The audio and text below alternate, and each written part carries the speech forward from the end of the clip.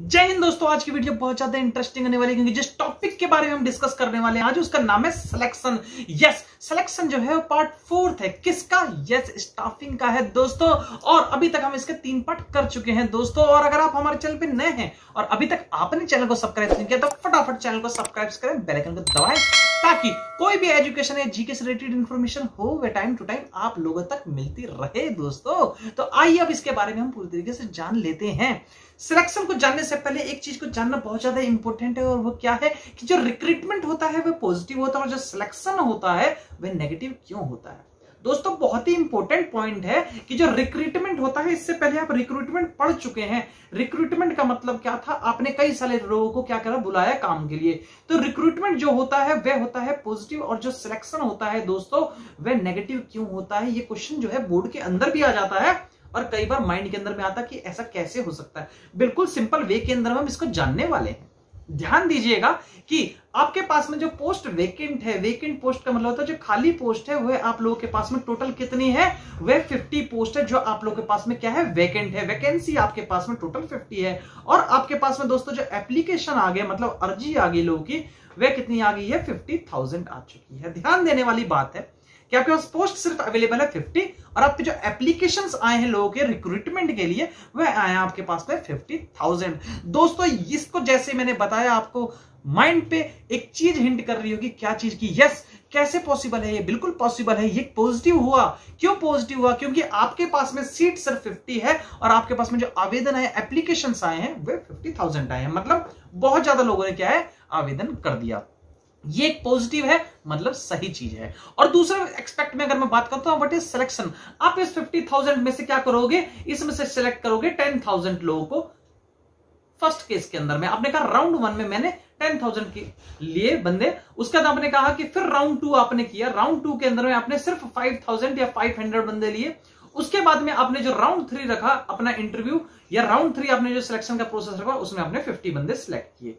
दोस्तों हुआ क्या? टोटल है 50,000, जिसमें से फर्स्ट राउंड में आपने 10,000 किया, फिर 500 किया, फिर 50 किया। ध्यान देने वाली बात यह है कि आप हर सिचुएशन के अंदर में लोगों को क्या कर रहे हो, कम कर रहे हो। कैसे? By method of selection. Selection के मेथड से लोग क्या हो रहे हैं, कम होते जा रहे हैं। रीजन क्या है इसके पीछे में? यस, यही रीजन है कि सिलेक्शन जो है वो नेगेटिव है और जो रिक्रूटमेंट है वह क्या है, पॉजिटिव है। क्योंकि रिक्रूटमेंट के अंदर में एक पॉजिटिव वे आती है कि आप हर कोई क्या कर सकता है, उसमें अप्लाई कर सकता है फॉर द जॉब।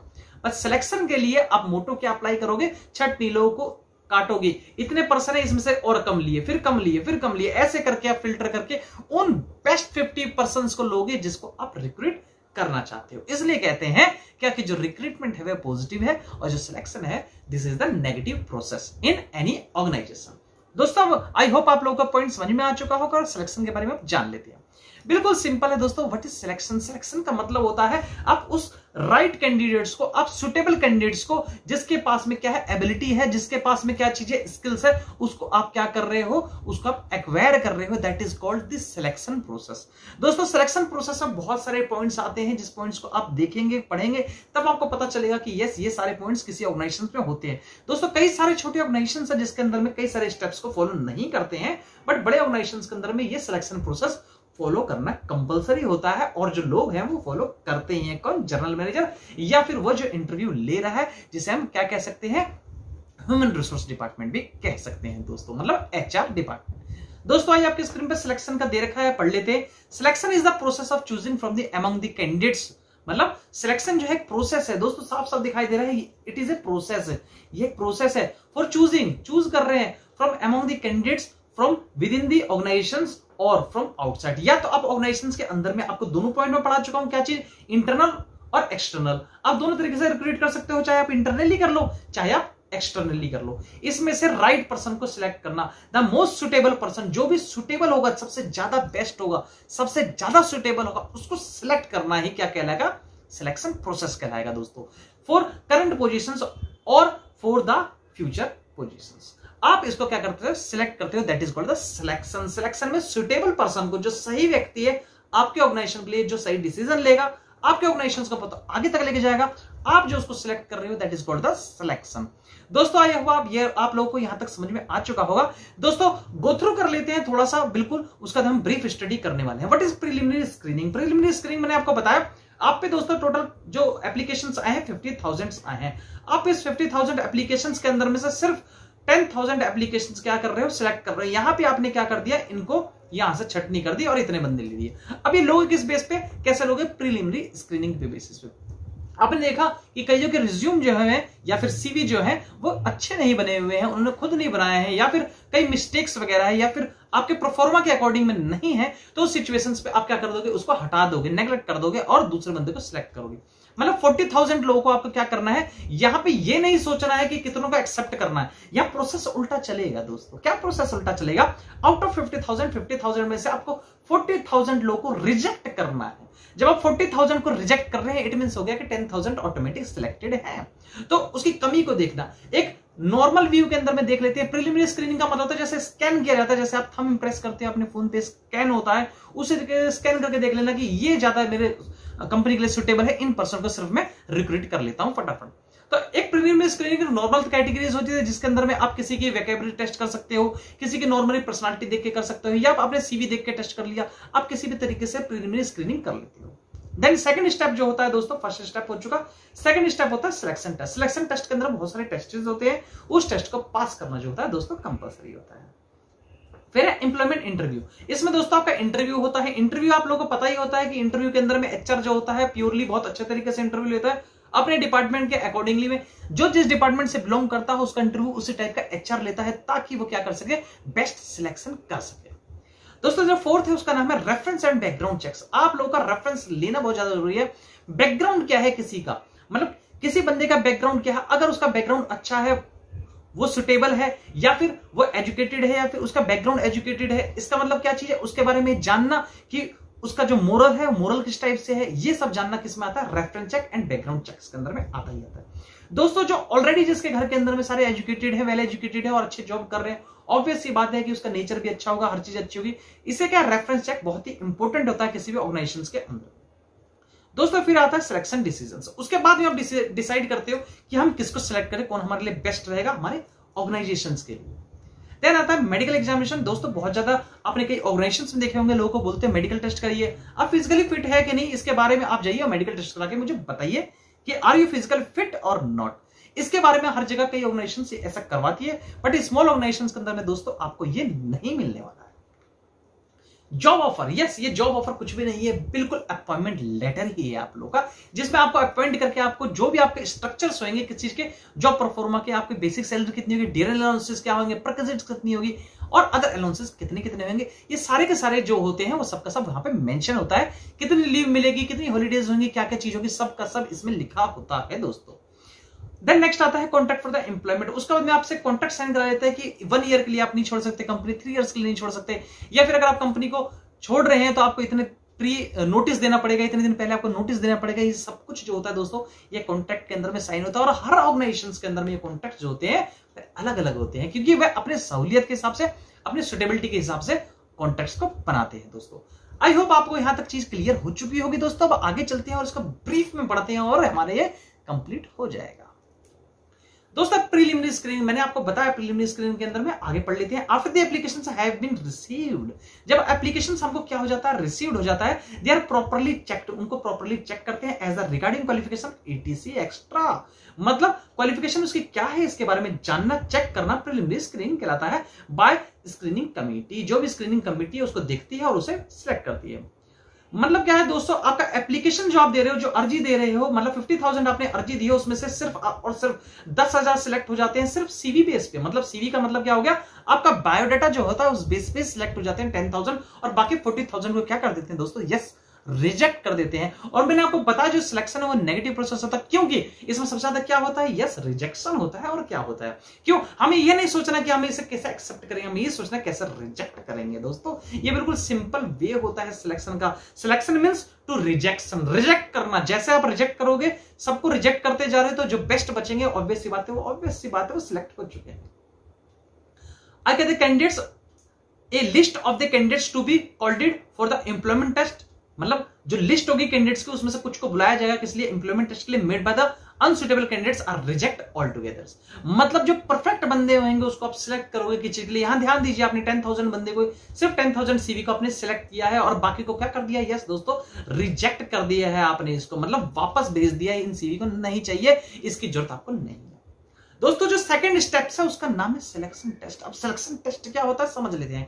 सिलेक्शन कैसे करें और किस टाइप से उसका टेस्ट होता है, वो सारे के सारे सिलेक्शन टेस्ट में आते हैं। इसमें इंक्लूडेड क्या क्या आती है पहले हम जान लेते हैं। दोस्तों पहला आता है इंटेलिजेंट टेस्ट। इंटेलिजेंट का मतलब क्या होता है कि कोई भी आप परफेक्ट बंदा ले रहे हो, क्या वो आपका ऑर्गेनाइजेशन के लिए सुटेबल है कि नहीं है, उसकी इंटेलिजेंसी की टेस्ट जो होती है वो इसके अंदर में ही होती है दोस्तों। देन दूसरा है एप्टीट्यूड। दोस्तों एप्टीट्यूड जो होता है उसके बारे में पता लगाना कि उसके पोटेंशियल कितनी है, उसकी एनर्जी कितनी, कितना वो काम कर सकता है। पोटेंशियल को टेस्ट करना जो होता है दोस्तों एप्टीट्यूड टेस्ट होता है। आपने किसी ऑर्गेनाइजेशन में देखा होगा कि किसी ऑर्गेनाइजेशन के अंदर में कई ऐसे बंदे जो 10 घंटे तक लगातार काम कर लेते हैं, 10 आवर्स तक। ये क्या है? उसकी पोटेंशियल है, मतलब क्या वो 10 घंटे तक लगातार काम कर सकता है, कंटिन्यूस सर्विस दे सकता है किसी कंपनी के लिए। ये इसकी पोटेंशियल टेस्ट होती है दोस्तों। आपको क्या है, किसी को मान के चलिए सिलेक्शन कर रहे हैं और कोई ऐसी पोस्ट है जिसमें उसको सीट पे बैठना है और कई सारे बंदों को क्या डील करना है। मतलब क्या है, जितने ज्यादा बड़ी सीट पे कोई बैठा है इसका मतलब क्या चीज है, वह बहुत ही ज्यादा उसमें पेशेंस होगा। पेशेंस जो है किसी भी कंपनी के अंदर में बहुत ज्यादा विटल रोल प्ले करता है, मतलब बहुत ज्यादा इंपॉर्टेंट रोल प्ले करता है। किस लिए? क्योंकि पेशेंस नहीं होगा तो कुछ भी नहीं होगा। जो जितनी बड़ी सीट पे बैठा होता है उसके अंदर उतना पेशेंस होना चाहिए। अगर उसमें पेशेंस नहीं होगा तो ऑर्गेनाइजेशन पूरी तरीके से रूइन कर देगा, खत्म कर देगा, तबाह कर देगा। तो बहुत इंपॉर्टेंट चीज क्या है? पेशेंस। और एप्टीट्यूड के अंदर में पेशेंस भी इंपॉर्टेंट होता है, क्योंकि एप्टीट्यूड में आप उसके पोटेंशियल टेस्ट कर रहे हो और पोटेंशियल बिना पेशेंस के नहीं हो सकता, मतलब पेशेंस होना इंपॉर्टेंट है। Then next is the personality test. Then third step है पर्सनालिटी टेस्ट। दोस्तों personality test is the most important. आप नॉर्मल से कैटेगरी में समझ के देखिए, पर्सनालिटी बहुत इंपैक्ट डालती है किसी भी ऑर्गेनाइजेशन के अंदर में। किसी भी ऑर्गेनाइजेशन में अगर मैनेजर की पर्सनालिटी या फिर XYZ किसी इंप्लॉय की पर्सनालिटी नहीं होगी तो कुछ भी नहीं होगा। पर्सनालिटी बहुत मैटर करती है। First impression is the last impression. मतलब क्या बताना चाह रहा है कि जो आपका पहला इंप्रेशन होता है वो आपकी पर्सनालिटी ही होती है दोस्तों। Then third is a trade test. Trade test का मतलब ये होता है कि उसको जिस काम में वो काम कर रहा है उसके रिगार्डिंग उसकी नॉलेज है कि नहीं है। मतलब मान के चलिए एजुकेशन सेक्टर में है तो उसे एजुकेशन सेक्टर के बारे में सब कुछ पता होना चाहिए कि बच्चों को मानिए कि 10th क्लास के बच्चे को लेने के लिए जो एज होती है कितनी होनी चाहिए, या फिर रेगुलर के लिए कितने एज तक का बच्चा कर सकता है। ये सब चीज क्या होती है? ये ट्रेड टेस्ट में कहलाता है। जिस व्यापार में, जिस बिजनेस में, जिस ऑर्गेनाइजेशन में आप काम कर रहे हैं, जिस काम में आप डील कर रहे हैं, उसके बारे में आपको ब्रीफ नॉलेज होना ही क्या कहलाता है? ट्रेड टेस्ट कराता है दोस्तों। ये बहुत ज्यादा इंपॉर्टेंट रोल प्ले करता है किसी भी ऑर्गेनाइजेशन में। अब मान के चलिए मैं अब माइक्रोसॉफ्ट कंपनी के अंदर में गए इंटरव्यू देने के लिए और आपको उसको ये तक नहीं पता कि माइक्रोसॉफ्ट कंपनी का फाउंडर मेंबर्स कौन है, माइक्रोसॉफ्ट का इस टाइम पे MD कौन है, तो बताइए इंटरव्यू देके क्या बेनिफिट है आप लोगों को? मतलब क्या वो ये जानना चाहता है जिस ट्रेड में आप जाना चाहते हैं उस ट्रेड की आपको दोस्तों ब्रीफ नॉलेज होनी चाहिए। This is the most important part in any organisation. हर ऑर्गेनाइजेशन का ये सबसे इंपोर्टेंट पार्ट होता है दोस्तों। लास्ट जो है उसका नाम है interest test. What is interest test? दोस्तों जब तक इंटरेस्ट नहीं होगा किसी चीज के अंदर में कोई काम नहीं कर सकता। आप नॉर्मल कैटेगरी में समझ लीजिए, अगर आपको चाय बनाना बहुत पसंद है और अगर आपको कोई 1 रुपया भी ना दे तब भी आप चाय बनाते रह जाओगे, इसका मतलब क्या है? आपको उस चीज में इंटरेस्ट है। दोस्तों इंटरेस्ट जो होता है बहुत इंपॉर्टेंट होता है। जिस काम के लिए आप चुने जा रहे हैं, जिस काम के लिए आपका सिलेक्शन हो रहा है, अगर उस काम के लिए आपको इंटरेस्ट नहीं है तो आप उस जॉब को नहीं करोगे। This is the most important. सबसे ज्यादा इंपॉर्टेंट अगर कुछ होता है सिलेक्शन टेस्ट में तो मैं ये मानता हूं कि उसका इंटरेस्ट होना जरूरी है। अगर उसका इंटरेस्ट है तो वो हर चीज को अपने आप डेवलप करने की पूरी कोशिश करेगा, और उसका इंटरेस्ट नहीं है तो सब कुछ वो खराब कर देगा। दोस्तों most important line is interest test. तो सिलेक्शन टेस्ट में दोस्तों ये सारे के सारे पॉइंट्स होते हैं। कौन से? Intelligence, aptitude, personality, trade and interest test. दोस्तों ये सब चीजें किसमें आती है? यस, सिलेक्शन टेस्ट के अंदर में आती है। आई होप आप लोगों को चीज क्लियर हो चुकी है। नेक्स्ट पे चलते हैं, एम्प्लॉयमेंट इंटरव्यूज। इंटरव्यू के अंदर में दोस्तों आप लोगों को पता है इंटरव्यू की भी एक पार्ट होता है। जब अभी फर्स्ट स्टेप के अंदर में आपने प्रीलिमिनरी करी, फिर आपने सिलेक्शन टेस्ट करके intelligent, aptitude, personality, trade and interest test, ये सारे टेस्ट लेने के बाद में क्या हुआ? वो ऑब्वियस सी बात है, जहां पे 50,000 लोग थे वहां पे क्या चीज हो गया? 50,000 में से आउट ऑफ 10,000 सिलेक्ट हुए थे प्रीलिमिनरी में। अब जो है दोस्तों आप पे सिर्फ 500 ही सिलेक्ट हुए हैं। मतलब क्या है? इतने ही आप लोग के पास में सिलेक्ट हुए। अब आप इंटरव्यू लोगे तो इंटरव्यू के अंदर भी दोस्तों कई सारे को आप क्या करोगे? यस, रिजेक्ट करोगे। Rejection is a selection. Rejection is selection है, और क्या है? और कुछ भी नहीं है। इंप्लॉयमेंट इंटरव्यू के अंदर में the main purpose of the interview is to find out, क्या फाइंड आउट करना चाहते हो? Suitability for of the candidates. Candidates के लिए कौन सा सुटेबल कैंडिडेट्स है उसको फाइंड आउट करना। टू सीक, मतलब क्या देखना चाहते हैं, more information about the candidates, candidates की पूरी इन्फॉर्मेशन, कैंडिडेट्स की सुटेबिलिटी और कैंडिडेट्स का एक्यूरेट पिक्चर ऑफ जॉब्स, मतलब जॉब्स की पूरी डिटेल्स एंड टर्म कंडीशंस आप किसमें डिस्कस करने वाले हो? यस, आप एम्प्लॉयमेंट इंटरव्यू में डिस्कस करने वाले हो। दोस्तों इंटरव्यू के अंदर में क्या होता है, आपने क्या देखा, आपने देखा कि काफी अच्छा उसका सीवी है, आपने देखा कि फिजिकली फिट है, पर्सनालिटी वाइज ठीक है, सब कुछ ठीक है। इंटरव्यू के अंदर में उसका कॉन्फिडेंस लेवल कितना है, वह कितना पोटेंशियल रखता है, ये सब कुछ आपको कहां टेस्ट हो पाएगा? यस दोस्तों, इंटरव्यू में टेस्ट हो पाएगा। इंटरव्यू से ही पता चल पाएगा उसके अंदर में एक्चुअल पोटेंशियल क्या है और वो किस काबिल में है। हो सकता है हम समझ रहे हैं कि ये जो पर्सन है इसके अंदर में ये डिफेक्टिव है, बट हो सकता है कि वह उससे भी ज्यादा क्या क्वालिफिकेशन रखता हो। क्वालिफिकेशन अगर है तो इसका मतलब ये नहीं हो गया कि सीट भी उसको अवेलेबल हो जाएगी। दोस्तों क्वालिफिकेशन एक अलग चीज होती है और उसका हकदार एक अलग चीज होता है। इट मींस क्या हो गया, क्वालिफिकेशन होने के बावजूद भी कुछ लोगों को वो सीट नहीं मिल पाती है, क्योंकि एक्सपीरियंस भी मैटर करता है। क्वालिफिकेशन एंड एक्सपीरियंस दोनों का जब ग्रुप मिलता है तभी जाके अच्छी ऑर्गेनाइजेशंस के अंदर में अच्छे लोग सिलेक्ट होते हैं। दोस्तों किसी भी ऑर्गेनाइजेशन में सिलेक्ट करने के लिए सबसे इंपॉर्टेंट चीज क्या होती है? यस, वो ये होती है क्या? इंटरव्यू। इंटरव्यू से हमें पता चलता है कि उसके अंदर में क्या कॉन्फिडेंस है या फिर कॉन्फिडेंस नहीं। Then fourth step is the reference check. दोस्तों रेफरेंस चेक बहुत इंपॉर्टेंट रोल प्ले करता है। आपको ये देखना, रेफरेंस देखना जरूरी है ताकि पता चलेगी आप जिसको सिलेक्ट कर रहे हो वो हर चीज में तो सही है बट वो क्रिमिनल है। इट मींस क्या हो गया कि वो क्रिमिनल नहीं होना चाहिए, उसका बैकग्राउंड चेक करना बहुत जरूरी है। क्या उसका कोई क्रिमिनल रिकॉर्ड तो नहीं है, क्या वो किसी भी टाइप से कोई ऐसा भी तो नहीं है, या फिर बैड हैबिट तो नहीं है आपकी ऑर्गेनाइजेशन के लिए डेंजरस हो सके। मान के चलिए आपके पास ऑर्गेनाइजेशन है जिसके अंदर में आप गैस के लिए हो गए, पेट्रोलियम के लिए हो गए, पेट्रोल के लिए, डीजल के लिए हो गए, आप इस ऑर्गेनाइजेशन के अंदर में है और जो काम करने वाला बंदा है वह बीड़ी सिगरेट या फिर इन सब चीजों का क्या है, यूज टू है, उसे इस्तेमाल करता है, तो आपके ऑर्गेनाइजेशन के लिए दोस्तों बहुत ज्यादा डेंजरस हो सकता है। तो ये चीज क्या है, चेक करना बहुत ज्यादा जरूरी है। तो reference check is the most important, reference बहुत ज्यादा इंपोर्टेंट होता है। दोस्तों आइए आप पढ़ लेते हैं क्या लिखा है रेफरेंस चेक के अंदर में। इसमें कहता है प्रियर द फाइनेंस सिलेक्शन, जब आप फाइनेंस सिलेक्शन करते हैं तो प्रोपोजिट एम्प्लॉयर मेक एन इन्वेस्टिगेशन, वो इन्वेस्टिगेशन करता है of the reference supplied by the applicants. मतलब क्या चीज है एप्लीकेंट्स के, मतलब एप्लीकेशंस के अंदर में जो एप्लीकेंट्स है जिन्होंने आवेदन किया है उसके बारे में पूरा का पूरा वो इन्वेस्टिगेशन करता है। He undertake a thorough search into candidates family backgrounds, past employment, education, police records etc। मतलब वह पहले पास्ट एम्प्लॉयमेंट के बारे में जानता कि आपने लास्ट टाइम पे जो जॉब छोड़ी थी उसके पीछे में क्या रीजन था। This is the most important. क्यों आपने पुरानी जॉब छोड़ी, क्या आप बार बार जॉब छोड़ते हो, या क्या आपका रीजन है, या फिर आपका बैकग्राउंड क्या है, एजुकेशन क्या है, या फिर आपका पुलिस रिकॉर्ड क्या है। This is the most important. ये मोस्ट इंपोर्टेंट होता है किसी भी ऑर्गेनाइजेशन के अंदर में, इसको चेक किए बिना आप आगे नहीं जा सकते। दोस्तों fifth point is the selection decision. जब ये सब चीजें हो जाती है तब जाके डिसीजन पे आता क्या सिलेक्ट करना चाहिए या नहीं करना चाहिए, हम किसको सिलेक्ट करें। मान के चलिए टोटल आपके पास पोस्ट जो है 50 है और आपके पास 55 जो कैंडिडेट्स है वो आपको बेस्ट दिखाई दे रहे हैं। अब इस 55 में से आपको ये नहीं देखना कि किसको सिलेक्ट करें, आपको देखना मैं किसको रिजेक्ट करूं, 5% को रिजेक्ट करना है। ये क्या, ये सिलेक्शन डिसीजन के अंदर में आता है। दोस्तों एक list of candidates who clear the employment test, सारे के सारे टेस्ट में क्लियर होते हैं, इंटरव्यू टेस्ट हो जाता है, रेफरेंस चेक में टेस्ट हो जाते हैं, उसके बाद में एक लिस्ट बनती है ऑर्डर ऑफ मेरिट्स। मतलब इसमें से भी आप मेरिट्स निकालते हैं कि किसके पॉइंट्स ज्यादा थे उसको हम सिलेक्ट कर लेते हैं। दोस्तों 55 में से आप क्या करोगे, अब किसको पॉइंट्स ज्यादा मिले हैं उसको सिलेक्ट कर लो, टॉप्स को। तो टॉप को सिलेक्ट करना किसमें आता है, सिलेक्शन डिसीजन के अंदर में ही आता है। मतलब क्या हो गया, मेरिट लिस्ट निकालना। Then 6 point is the medical and physical examination. दोस्तों मोस्ट इंपोर्टेंट पार्ट, आप किसी को जॉब इंटरव्यू पर रख रहे हैं और फिजिकली फिट नहीं है तो आपके ऑर्गेनाइजेशन के लिए ऑलरेडी लेवलिटी बनेगी। दोस्तों कोई भी एसेट्स को परचेज करता है, लेवलिटी परचेज करना कोई नहीं चाहता है। तो हम ये मान के चलते हैं कि जिस ऑर्गेनाइजेशन के अंदर में कोई नया व्यक्ति जा रहा है, नया पर्सन जा रहा है, वह क्या होगा, वो एसेट्स होगा, नॉट फॉर लेवलिटी। लेवलिटी नहीं होगी, ये इंपोर्टेंट रोल प्ले करता है किसी भी ऑर्गेनाइजेशन के अंदर में। क्या कहता है, एक क्वालिफाइड मेडिकल एक्सपर्ट, एक मेडिकल एक्सपर्ट होता है अपॉइंटेड बाय द ऑर्गेनाइजेशन खुद भी अपॉइंट कर सकता है और उसको बोल सकते हैं कि आप जाइए किसी भी एमबीबीएस डॉक्टर से क्या सर्टिफाइड करके लाइए कि आप मेडिकल फिट हैं। ये भी दूसरा रोल प्ले करता है, मतलब कि ये भी इंपॉर्टेंट रोल प्ले करता है। और आप इस दूसरे तरीके से भी टेस्ट कर सकते हैं। आप बोलिए, या तो आप अपने पास में ऑर्गेनाइजेशन के अंदर में जहां 50% को सिलेक्ट कर रहे हो, आप किसी डॉक्टर को, एग्जामिनर को बुलाते हो और पूरी तरीके से टेस्ट करते हो। पहला तरीका तो ये हो गया। और जो दूसरा तरीका हो गया वो ये हो गया कि आप क्या कर दोगे, उसको बोलोगे किसी भी एमबीबीएस या फिर कोई भी गवर्नमेंट ऑफिसर हो, एमबीबीएस ऑफिसर हो, उससे आप ये सीएम हो गए, चीफ मेडिकल ऑफिसर से आप जाइए और आप टेस्ट करा के लाइए कि आप मेडिकली फिट हैं या नहीं है।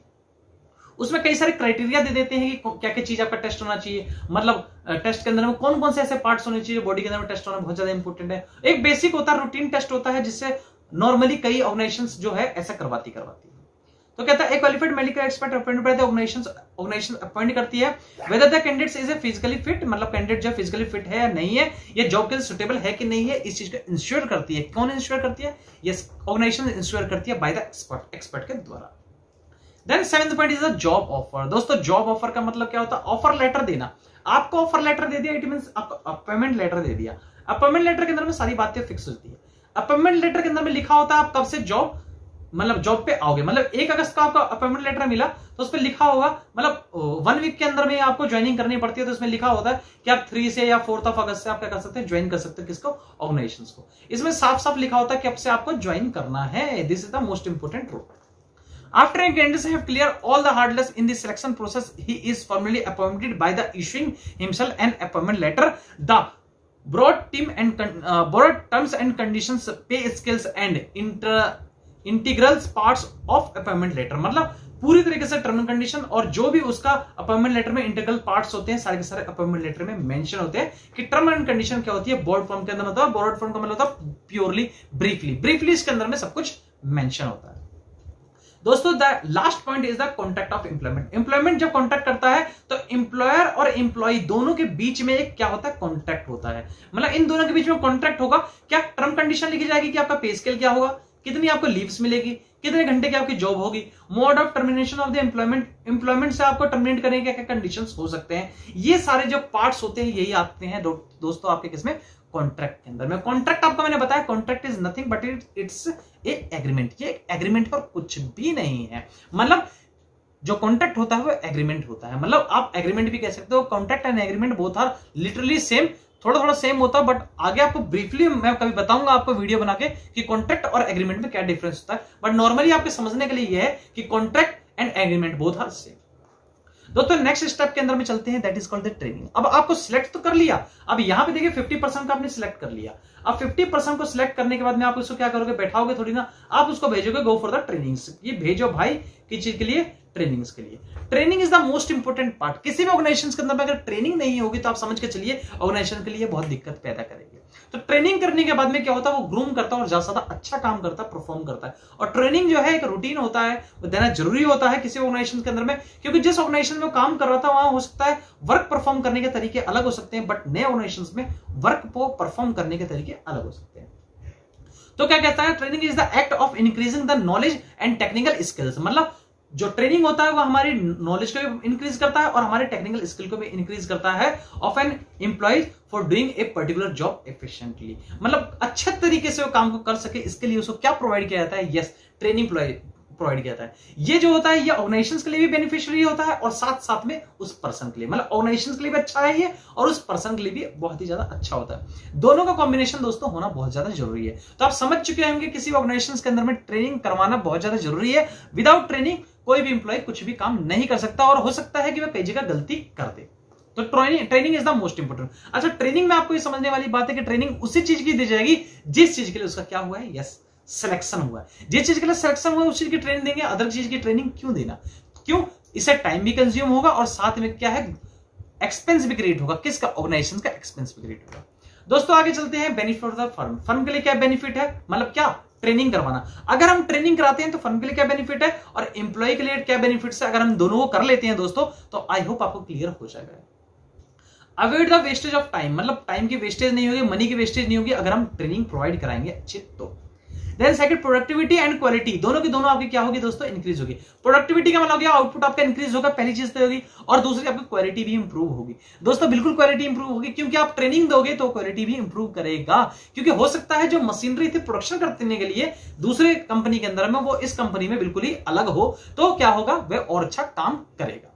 दोस्तों आगे चलते हैं, आगे क्या कहता है? Then third is the future manage to take the over in the emergency. अगर इमरजेंसी होगी तो क्या करना है, कैसे करना है, ये भी किसमें? ट्रेनिंग में सिखाया जाएगा। दोस्तों आगे चलते हैं, आगे कहता है एम्प्लॉय मोरल। एम्प्लॉय का मोरल इंक्रीज होगा और जो लोग एब्सेंट होते हैं वो क्या होंगे? कम होंगे। मतलब क्यों कम होंगे? अगर ट्रेनिंग होगी अच्छी तो लोग एब्सेंट कम होंगे, ज्यादा क्या करेंगे? वर्क को परफॉर्म करेंगे। दोस्तों it is the most important है किसी भी ऑर्गेनाइजेशन के लिए। फिर आता है fast changing environment, response to fast changing environment. अगर कोई भी एनवायरनमेंट चेंज होता है बहुत तेजी से तो उस सिचुएशंस के अंदर में ट्रेनिंग जो है हेल्प करेगा किसका? ऑर्गेनाइजेशंस को भी और उस पर्सन को भी। और इससे क्या होता है, लैक मतलब कम सुपरविजन की जरूरत पड़ेगी, किसी भी सुपरविजन मतलब सुपरवाइजर को कम देखरेख करना पड़ेगा, वो ज्यादा काम करेगा दोस्तों। और बेनिफिट्स टू द एम्प्लॉय, आइए अब एम्प्लॉय के बारे में क्या बेनिफिट है, बिल्कुल सिंपल सी बात है, एम्प्लॉय का काम बहुत ज्यादा इजी हो जाएगा, किसी भी काम को करने में उसे सेटिस्फेक्शन कम मिलेगी, एक्सीडेंट कम होंगे। एक्सीडेंट कम का मतलब क्या होता है, हादसे होते रहते कंपनी के अंदर में, वो क्या हो जाएंगे, कम हो जाएंगे काफी हद तक। हम पूरी तरीके से अवॉइड नहीं कर सकते, बट उसे कम तो जरूर कर सकते हैं with the help of training. This is the important. Improved skill increase होगी, नॉलेज इंक्रीज होगी, बेटर कैरियर अपॉर्चुनिटी, और उसे अपॉर्चुनिटी मिलेगी कैरियर के लिए नेक्स्ट फर्दर किसी अदर कंपनीज में। परफॉर्मेंस जो होगा हाई अर्निंग होगी, मतलब ज्यादा से ज्यादा अर्निंग कर सकेगा। ऑब्वियस सी बात है दोस्तों, जब वो आउटपुट ज्यादा निकालेगा, समझिए बिल्कुल, आउटपुट का इंक्रीज होना, उसकी इनकम का इंक्रीज होना, बोथ ये दोनों एक साथ साथ ही चलेंगे। अगर आप आउटपुट इंक्रीज करते हो, इट मींस क्या होगा, आपकी इनकम भी इंक्रीज हो रही है। आपको पता है लेस एक्सीडेंट जो होंगे, मतलब जो भी हादसे होते हैं ऑर्गेनाइजेशंस के अंदर में, वे क्या होंगे दोस्तों, यस कम होंगे। और satisfaction and moral of employees, employ को सेटिस्फेक्शन जो होगा वो ज्यादा मिलेगा, मोर मिलेगा। दिस इज द इंपॉर्टेंट, मतलब क्या है, एम्प्लॉय को सेटिस्फेक्शन भी ज्यादा मिलेगी। क्यों? क्योंकि वो अच्छा काम कर रहा है, तो ऑब्वियसली बात है उसको सेटिस्फेक्शन भी ज्यादा मिलेगी, उसे ट्रेनिंग मिल रहा है। दोस्तों आगे चलते हैं, ट्रेनिंग एंड डेवलपमेंट में क्या डिफरेंस है। दोस्तों ट्रेनिंग एंड डेवलपमेंट में कुछ ज्यादा डिफरेंस नहीं है। ट्रेनिंग में आप ट्रेनिंग दे रहे हो, डेवलपमेंट के अंदर में ग्रूम करेगा। डेवलपमेंट क्या है, एक एम्प्लॉय जो कि नॉर्मल एक एम्प्लॉय बन के आया था, अंदर ही इंटरनली वो पढ़ाई करता है, अंदर ही वो बहुत ज्यादा वर्किंग करता है, अंदर वो क्या करता है, कई सारी चीजों को सीखता है। ऐसी चीजों को करने के बाद में हो सकता है कि एम्प्लॉय का डेवलपमेंट हो, मतलब छोटे पे स्किल से या छोटे सीट पे बैठे होते होते वो ऊपर तक जा सकता है। इसका मतलब ये तब होता है पॉसिबल जब वो ट्रेनिंग ले रहा हो और अच्छे एजुकेशन ले रहा हो साथ साथ में, तो उसका क्या होगा दोस्तों, यस डेवलपमेंट होगा। This is the important function in any organisations. I definition कर लेते हैं, it means the imparting skills and the knowledge doing a particular job. Training का मतलब होता है किसी स्किल को इंक्रीज करना और नॉलेज को इंक्रीज करना। It means the growth of employ in all respect. इसका मतलब होता है कि एम्प्लॉय की जो है वह ग्रोथ हो रही है। इसमें क्या होता है, it is a concern with the maintaining and improving current job performance. इसका मतलब होता है ट्रेनिंग क्या होता है, करंट जॉब जो होती है, जिस जॉब में आपने उसको लगाया है, उस जॉब में वो क्या करता है, इंप्रूवमेंट लेके आता है, काम को अच्छा करता है। इसमें क्या है, seeks to develop competence and skill for the future performance. वो इस टाइप से काम करता है ताकि फ्यूचर के अंदर में वो क्या कर सके, अच्छी कंपनी में काम कर सके, या फिर अच्छे ग्रोथ में काम कर सके, या ऑर्गेनाइजेशन अच्छे ऑर्गेनाइजेशन से काम कर सके। अगर वो क्या करेगा, डेवलपमेंट उसकी होगी, तो मतलब वो अच्छा काम करेगा, तो वहां पे उसका फायदा होगा। इसमें क्या होता है, it is a imparted thought on the job methods और it is imparted thought of the job methods. ये ऑन द जॉब मेथड है और ये जो है development of the job method है। मतलब ये जॉब के अंदर रह के काम होता है और ये जॉब के बाद भी काम आता है। ये अगर आप डेवलपमेंट कर रहे हो तो बहुत ज्यादा इंपॉर्टेंट होता है। The boss take the initiative for the impacting training to his subordinates. जो बॉस होता है वो इनिशिएट लेता है, मतलब काम करवाता है कैसे, ट्रेनिंग्स के अंदर में अपने सबऑर्डिनेट से। और इसमें development the individual takes the initiate for self growth and development. इसमें वो खुद ग्रोथ और डेवलपमेंट करवाता है। किसमें दोस्तों, यस डेवलपमेंट के अंदर। The training program are organised for short terms. जो ट्रेनिंग्स होती है शॉर्ट टर्म्स होती है। इसका जैसे 15 डेज की ट्रेनिंग होगी आपकी, 10 डेज की ट्रेनिंग होगी आपकी, ये सर्टेन। और development takes place over a large period of time. इसके अंदर बहुत ज्यादा टाइम लेता है। डेवलपमेंट तब हो सकती है, डेवलपमेंट आफ्टर 5 ईयर्स के अंदर में हो रही है, 10 ईयर्स में हो रही है, या 20 ईयर्स में हो रही है। बट ट्रेनिंग जो है, ट्रेनिंग का सर्टेन टाइम होता है, डेज के अंदर में होती है, डेज के अंदर में होती है। और दोस्तों ये आपका किसमें होता है, ईयर के अंदर में होता है। दोस्तों आई होप आप लोगों को पूरी तरीके से चीजें समझ में आ चुकी होगी दोस्तों। और अभी तक हम इसके 4th पार्ट पूरे कंप्लीट कर चुके हैं दोस्तों। और हमारी तरफ से अब जो है सिलेक्शन प्रोसेस और तो और आप लोगों का स्टाफिंग का पार्ट नंबर 4 जो है दोस्तों पूरी तरीके से कंप्लीट हो चुका है। अगर आपको कोई भी क्वेरी आती है तो आप कमेंट सेक्शन में बता सकते हैं, ताकि उसके रिगार्डिंग में आपके लिए पूरी वीडियो बना सके। और दोस्तों साथ में आप चाहें तो हमारे ईमेल एड्रेस पे ईमेल भी कर सकते हैं। आप बने रहे हमारे साथ पूरी वीडियो के अंदर में, इसलिए आप लोगों का बहुत बहुत धन्यवाद। जय हिंद, जय भारत। मिलेंगे नेक्स्ट वीडियो में बहुत जल्दी।